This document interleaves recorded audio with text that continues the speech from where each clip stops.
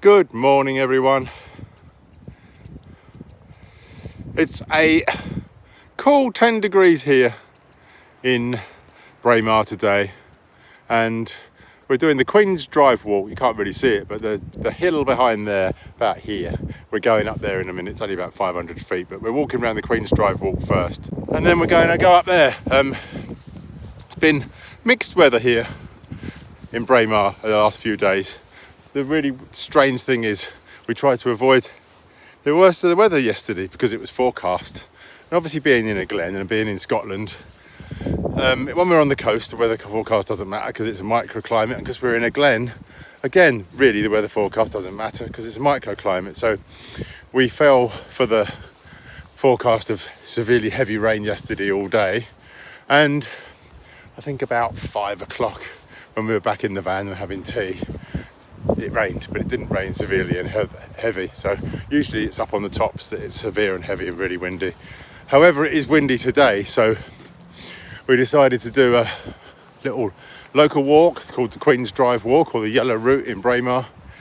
And we're going to do that, and it's part of where the Queen used to go down the carriage on the drive to somewhere. I'll have to look that up later. But anyway, the rest of it's just a walk that they've added on as a circular walk, which is quite interesting. See all the nice woodland and the heather and everything else. And then it's up the hill, which is about 500 metres, but it's straight up 500 metres, so challenge on the legs today, so you could call it leg day.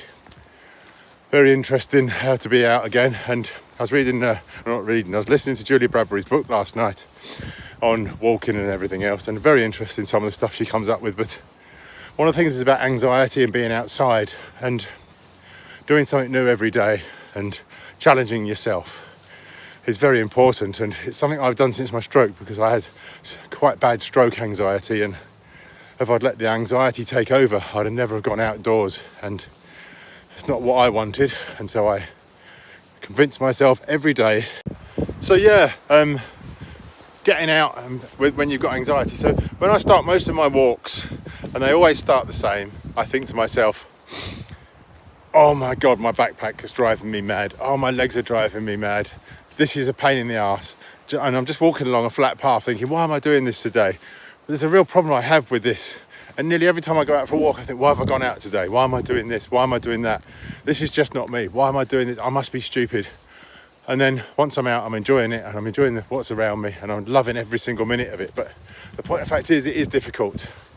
And I've had people say to me, oh, I'm just getting depressed and I'm fed up and I'm stuck indoors and this, that and the other. And I say to them, get out and go for a walk. But it's a hurdle. It's a